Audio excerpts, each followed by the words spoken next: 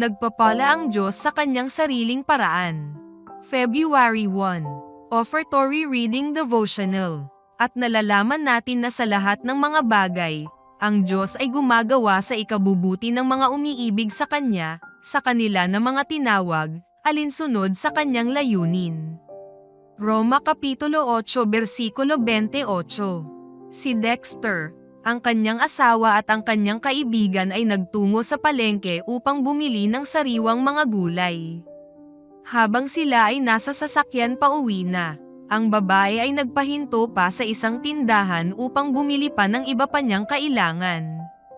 Habang naghihintay, kinuha ni Dexter ang kanyang cellphone para mag-check ng messages, ngunit nawawala ang mga ito. Naalala niya na ipinatong niya ito sa gilid habang nagkakarga ng kanilang mga pinamili.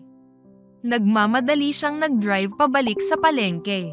Pagdating niya doon, hinanap ni Dexter ang tindera na tumulong sa kanila sa pagtutulak ng trolley patungo sa kanilang sasakyan.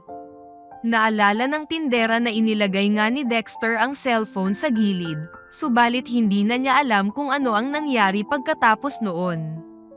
Dahil sa pagkadismaya, pumunta si Dexter sa pulisya para mag-report. Habang papunta sila sa pulisya, may nakita siyang dalawang tao sa kabilang kalsada. Pagkatapos makapag-report sa pulis, pumunta si Dexter sa kinaroroonan ng dalawang tao. "Bro, nawawala ang dalawang cellphone ko, may napulot ba kayong cellphone?" Pagkatapos ikwento ni Dexter ang mga pangyayari ay tumingin sa kanya ang lalaki at sinabing, "Napulot nga namin ang iyong cellphone, puntahan mo si Freddy sa kotseng iyon." Ibinigay ni Freddy sa kanya ang kanyang dalawang cellphone, na nagkakahalaga ng higit sa $1,000. Binigyan sila ni Dexter ng token of appreciation. Ang pangyayaring ito ay nagturo kay Dexter ng napakahalagang aral na kapag ating ibinabalik ang ating ikapo at nagbigay ng malayang handog, ay pinagpapala tayo ng Diyos sa kanyang sariling paraan. Hindi pinagpala ng Diyos si Dexter sa pamamagitan ng salapi, kundi sa pagsasauli sa kanya ng kanyang dalawang cellphone, na naglalaman ng mahahalagang impormasyon ng gawain. Panawagan.